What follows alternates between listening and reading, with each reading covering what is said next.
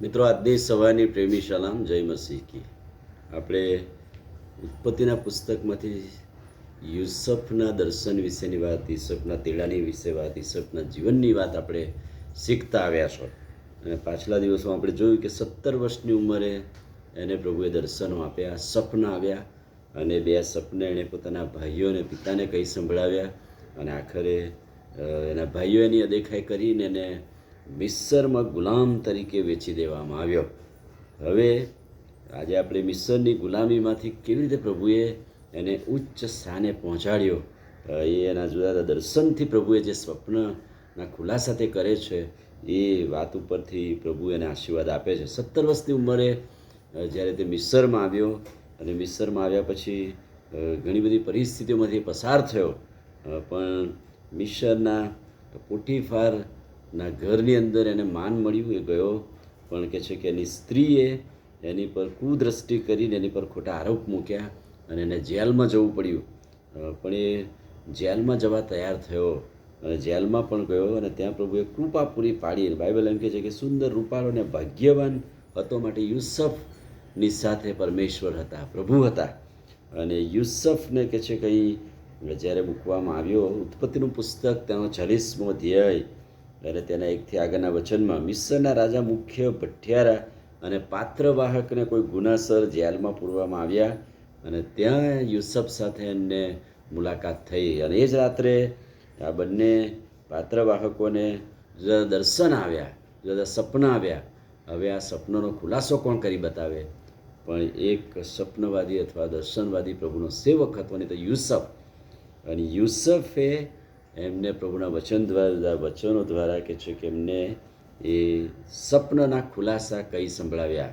અને એમણે રાજાને કહ્યા, અને રાજાએ એ બંનેને છોડાવ્યા. પણ તેઓ ભૂલી ગયા યુસફને, કે યુસફની ભલામણ ના કરી, યુસફને છોડાવ્યો નહીં.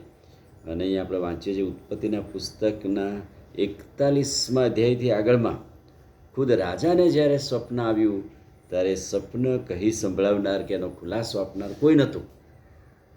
ત્યારે કહે છે કે આ ભઠિયારા કે પાત્રવાહકને યુસફ યાદ આવ્યો. અને ત્યારે યુસફની ઉંમર એ 30 વર્ષની હતી. અને 30 વર્ષની ઉંમરે યુસફને પ્રભુએ કૃપા પૂરી પાડી અને રાજાની હજુરમાં તે હાજર થયો. અને જે 2 સ્વપ્ન રાજાને આવ્યા, પ્રથમ સપનું એ સુકાઈ ગયેલી ગાયો અને પુષ્ટ ગાયો, અને પુષ્ટ ગાયો એ સુકાઈ ગયેલી ગાયોને ગળી જાય. અને બીજું દર્શન, સુકાઈ ગયેલા 7 કણસડા અને પુષ્ટ 7 કણસડા, અને એ કણસલા એકબીજાને ગળી જાય. અને આ અદ્ભુત અને અજાયબ દર્શન જે યુસફને પ્રભુએ આપ્યું, ને યુસફે મિસરના રાજાને કહી સંભળાવ્યું, એનો અર્થ કયો. અને એનાથી રાજા બહુ ખુશ થઈ ગયા. અને એ તો રાજ્ય પર આવનાર, દેશ પર આવનાર કોપની વાત વગેરે વગેરે, દુકાળની વાત. અને એ માટે રાજાએ પ્લાનિંગ કર્યા. અને 30 વર્ષની ઉંમરે રાજાએ જાણે કે યુસફને બહુ મોટું માન આપીને મોટો અધિકારી, અધિપતિ બનાવ્યો, અને આખા દેશનો વહીવટ તેને આપ્યો.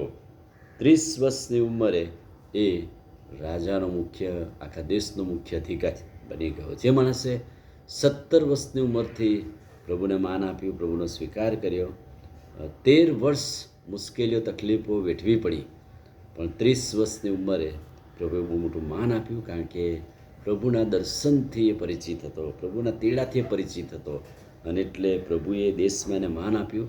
અને હવે એની કારકિર્દી, એના જીવનમાંથી આગળ વધે છે. કેવી રીતે એની મારફતે મિસ્ર દેશ આશીર્વાદિત થાય છે એ આપણે જોઈશું. આમીન. પ્રાર્થના કરીએ. પ્રભુ, આજે સવારે તમારા અદ્ભુત પવિત્ર વચનને માટે આભાર. વચનના પ્રકાશમાં અમને દોરો, તમારા વચનનો ખુલાસો અમને આપો. આજનો દિવસ આશીર્વાદિત કરો. પ્રભુ ઈસુના નામમાં માગીએ છીએ, સાંભળો ને માન્ય કરો. આમીન. God bless you.